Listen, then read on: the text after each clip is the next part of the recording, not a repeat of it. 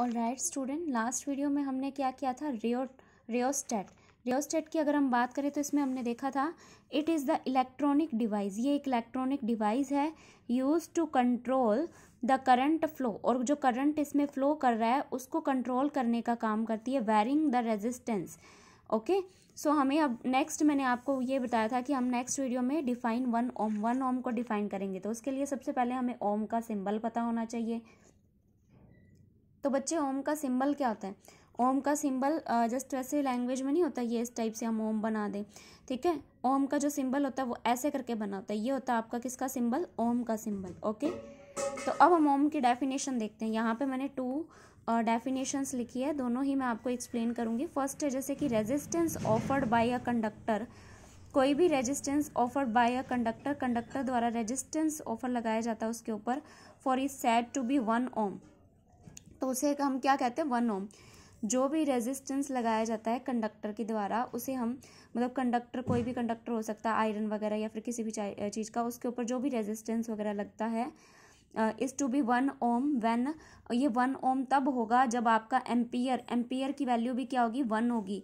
And current भी क्या होगा? Current flow through them, and current flow through them potential difference of 1 volt, और current भी क्या होगा आपका? 1 वोल्ट ही फ्लो होगा। दैट मीन्स हम ये कह सकते हैं ओम इज यूनिट ऑफ रेजिस्टेंस। ओम क्या होती है? रेसिस्टेंस की यूनिट होती है। रेसिस्टेंस की यूनिट कैसे? क्योंकि आपको यूनिट बताया था ओम की कैसे निकालते हैं। तो ओम के लिए हम R is equal to V upon R, ohm किसका ऐसा यूनिट है? रेसिस्टेंस का है ना। तो इसीलिए ओम का जो ऐसा यूनिट है वो रेसिस्टेंस हमने लिखा है, R is equal to V upon I से। तो हम अगर 1 ओम ले लें, R मतलब रेजिस्टेंस की जगह अभी हम क्या ले लेंगे? 1 ओम। इधर वोल्ट हमने क्या, V क्या होता है? पोटेंशियल डिफरेंस का ऐसा यूनिट क्या होता है? वोल्ट। तो हमने यहाँ पे 1 वोल्ट ले लिया, और I मतलब करंट का भी हमने 1 एम्पियर ले लिया। तो 1 है, इसका मतलब हम ये बोल सकते हैं if the potential difference of between between 2 points, अगर 2 पॉइंट्स के बीच का जो पोटेंशियल डिफरेंस है of the conductor is 1 volt, अगर वो 1 वोल्ट होगा एंड 1 एम्पियर होगा, देन करंट इज फ्लोइंग, जो करंट फ्लो हो रहा है through them through that conductor के बीच में, and the resistance of the conductor will be 1 ohm. तो रेजिस्टेंस ऑफ द कंडक्टर क्या होगा आपका? 1 ओम होगा। जब आपका पोटेंशियल डिफरेंस भी 1 वोल्ट है, एम्पियर भी 1 वोल्ट है, या फिर हम दूसरी लैंग्वेज में अगर इसको बोलना चाहे तो इस टाइप से आपने यहाँ पे एक क्या लेनी है? एक कॉपर कंडक्टर लेना है। कॉपर कंडक्टर या फिर मेटालिक वायर ले सकते हैं आप, ठीक है।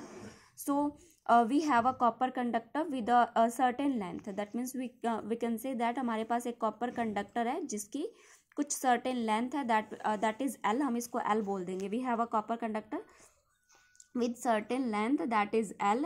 In this, a 1 coulomb charge is flowing one position to the another position. We can say that इसके अंदर हमारे पास 1 कूलम चार्ज जो है वो एक पोजीशन से दूसरी पोजीशन की तरफ फ्लो कर रहा है। जैसे कि अभी तो ये यहाँ पे, अब ये फ्लो करके यहाँ पे आ गया। 1 कूलम चार्ज एक पोजीशन से दूसरी पोजीशन पे क्या कर रहा है? फ्लो कर रहा है। We have a copper conductor with a certain length. In this case we can say that 1 coulomb charge is flowing 1 position to the another position in a second, and in this case we can say that 1 ampere of current is flowing through in this conductor. Simple, what we did, हमारे पास क्या मिला?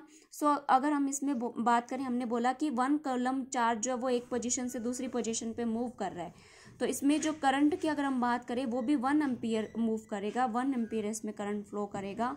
So what we did, हमें क्या observation मिली? In this case we can say that 1 ampere of current is flowing through this conductor. Simple, what we did, a charge of 1 coulomb flowed from 1 position to the another position. हम कह सकते हैं कि charge of 1 coulomb जो आपका एक position से दूसरी पोजीशन पे जा रहा है, flowed from 1 position to another position, एक पोजीशन से दूसरी पोजीशन पे जब ये जा रहा है, then always another position, then we can say that in a second, एक सेकेंड में, then we can say that means 1 ampere current is flow. इसमें कितना करंट फ्लो हो रहा है? 1 एम्पियर।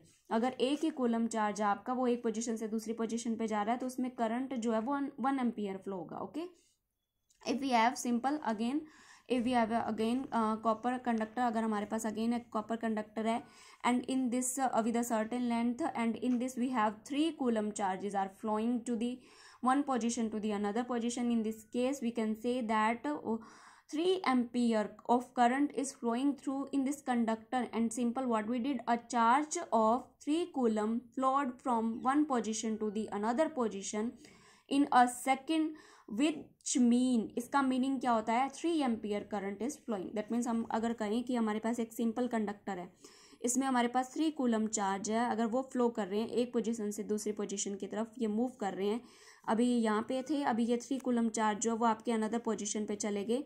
तो एक पोजीशन से दूसरी पोजीशन पे जब आपके 3 कूलम चार्ज मूव करते हैं, देन हम कहें तो इसमें एम्पियर की बात करें, देन हम कह सकते हैं कि 3 ampere current is flow, 3 ampere current इसमें फ्लो होगा. ओके, सो 1 कूलम के लिए 1 एम्पियर, 3 कूलम के लिए 3 एम्पियर हो गया. नेक्स्ट हम इसमें बात कर सकते हैं रेजिस्टेंस में भी. रेजिस्टेंस में क्या होगा, अगर आपके पास यहाँ पे ये रेजिस्टेंस है, दैट मीन्स आर अगर है आपका, रेजिस्टेंस का सिंबल बताया था इस टाइप से होता है. अगर इस पे 1 कूलम चार्जेस अगर आपने लिया है 1 जूल के अकॉर्डिंग, इसकी 1 जूल के अकॉर्डिंग इसकी अगर हम बात करें तो जूल क्या होता है आपका वर्क का एसआई यूनिट होता है, तो 1 जूल के अकॉर्डिंग इसका 1 कूलम चार्जेस इसके ऊपर लग रहा है तो 1 वोल्ट ही कंज्यूम होगा. ऐसे ही अगर 3 कूलम चार्जेस अगर इसके ऊपर आ जाएंगे, इस टाइप से 3 कूलम चार्जेस आ जाएंगे एक रेजिस्टेंस के ऊपर, तो वो इसको रोकने की कैपेसिटी ज़्यादा यूज़ करेंगे, तो इसमें हम क्या करेंगे 3 वोल्ट यूज़ करेंगे. तो उसी के बिहाव पे हम कह सकते हैं कि 1 ओम के लिए 1 वोल्ट 1 एम्पियर होता है. तो यही आपकी 1 ओम की डेफिनेशन होती है. ओके, सो आप इस डेफिनेशन को अच्छे से लिख लीजिए, लर्न कर लीजिए. डिफाइन ओम, आज हमने ओम को अच्छे से डिफाइन कर दिया. Okay, thank you for watching the video, have a good day.